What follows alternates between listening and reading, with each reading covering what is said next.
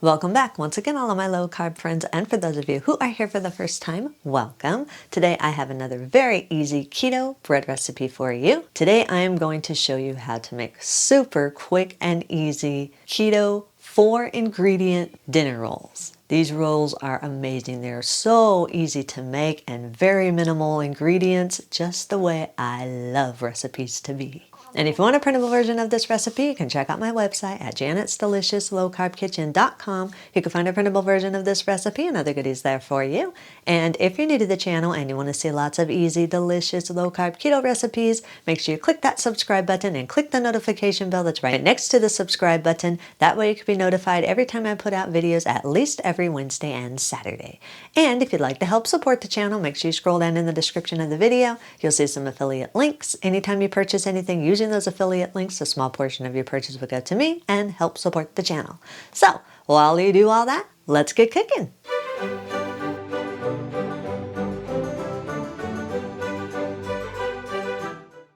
Preheat your oven to 400 degrees. Line a 7-inch round cake pan with parchment paper or a silicone mat. If you don't have a 7-inch round cake pan, you can just use a 9 by 5-inch loaf pan. Just make sure you line it with some parchment paper or a silicone mat. Then set it aside for a minute. Place 290 grams or around 1 1/4 cups of room temperature Greek yogurt into a medium mixing bowl. You can use plain or flavored Greek yogurt. I'm using vanilla flavored because I just want a hint of sweetness to my rolls. I don't want them super sweet, just a little hint of sweetness. Also, make sure you are using Greek yogurt. You need the thickness of the Greek yogurt in order for this to work. You can also use sour cream or a dairy-free substitute of Greek yogurt. That'll work as well too. Add 15 grams or around 1 tablespoon of baking powder. And if you want to, you can sift in 9 grams or about 1 tablespoon of some instant dry yeast or some dry seasonings or dry spices of your choice.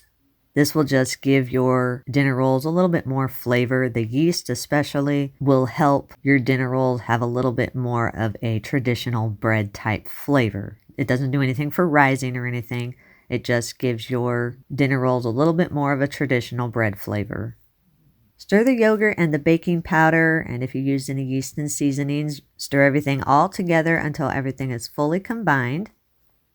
Sift 125 grams or around 18 tablespoons of coconut flour into a small bowl until there are no lumps in the coconut flour. Gradually add the coconut flour to the Greek yogurt mixture just until everything is combined and the dough is no longer sticky.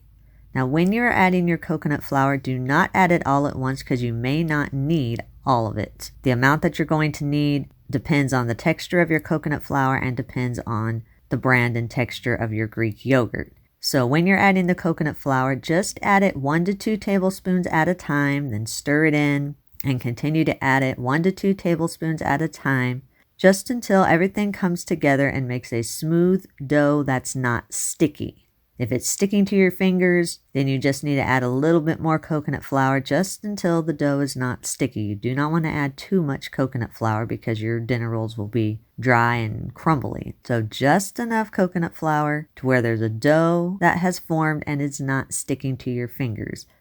I only used about 80 grams or roughly around 11 tablespoons of the coconut flour, so I did not need the entire 125 grams. But again, as I said, it just depends on your texture of coconut flour. You might need a little bit more than I used. You might need a little bit less. You're just looking for a smooth dough to come together that does not stick to your fingers. Once you have your coconut flour added and you have a smooth dough that's moist but not sticking to your fingers, scrape down the sides of the bowl and push the dough to the center of the bowl. Form the dough into a ball and then just massage it in your hands just a little bit just to make sure that you do have the right texture. Like I said, it should be smooth, moist, but not sticking to your fingers. Once you've massaged it a little bit, you're going to test your dough, and you're going to do this by taking a portion of it into your hands and rolling it around into a ball. If it's coming together and it's forming a ball very easily and very smoothly, then you know you have the right texture. Everything should be holding together and it should be able to hold its shape. Once you're sure you have the right texture of dough, Then divide the dough into 6 equal portions. Roll each portion into a tight, smooth ball. Then place the dough balls side by side into your prepared cake pan or your prepared loaf pan, whichever one you're using. Make sure when you are rolling the portions of dough that the dough stays as smooth as possible. If there's any cracks, just smooth them out with your fingers. And when you're placing them in your cake or loaf pan, you want to keep the rolls as close to each other as you can.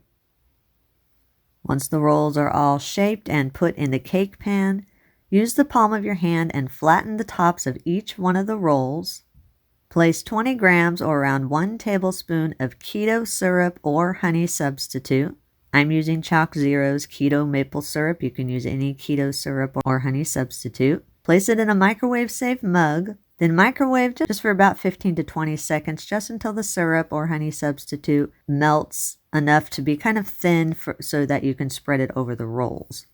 Use a silicone brush and brush the syrup or the honey substitute over the tops of the rolls. Now, if you don't want the honey or syrup texture on top, you can just melt some butter and put it over the top, and that'll just brown the tops of your rolls a little bit more. That's up to you if you want to do that.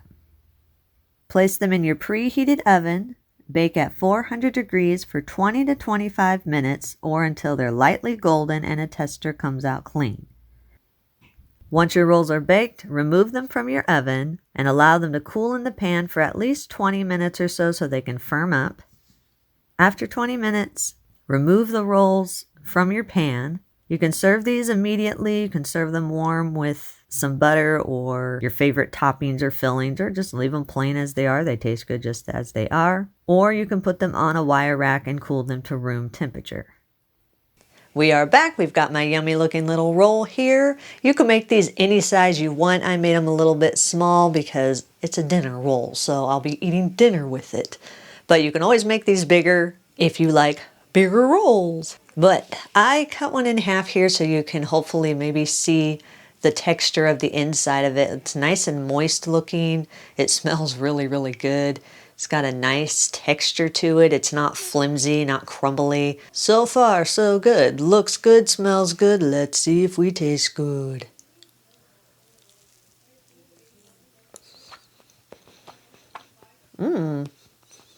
Yeah. That was really good. Using that vanilla Greek yogurt gives it just a hint of a sweet taste. It's not overpoweringly sweet. Just a little hint of sweet bread.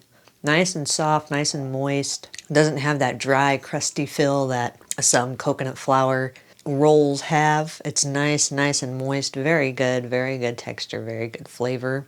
So yeah, I think this is a thumbs up, definitely. Yeah, good stuff. You can eat these immediately. If you do have any leftovers, allow them to cool completely and store them in an airtight container in your refrigerator for up to 1 week. These are made with yogurt, so it is best to store them in the refrigerator. Or you can also wrap them individually and put them in a freezer-safe container and freeze them for up to 3 months. And then when you're ready to eat them, just thaw them and reheat them in your microwave or in your oven. Eat and enjoy.